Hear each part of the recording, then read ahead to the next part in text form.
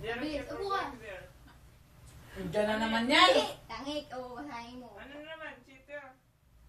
Good in the act. Upo ka, bilis. O, tangik, hindi. Kailangan mag-uupo. Ay, wala ka. Cheater. Cheater. Cheater. Oh, yan, cheater. Ano yan, laro? Hindi. Cheater na. Nag-cheat na siya. Mm. Siguro meron siyang boyfriend tapos nakipag-date sa iba.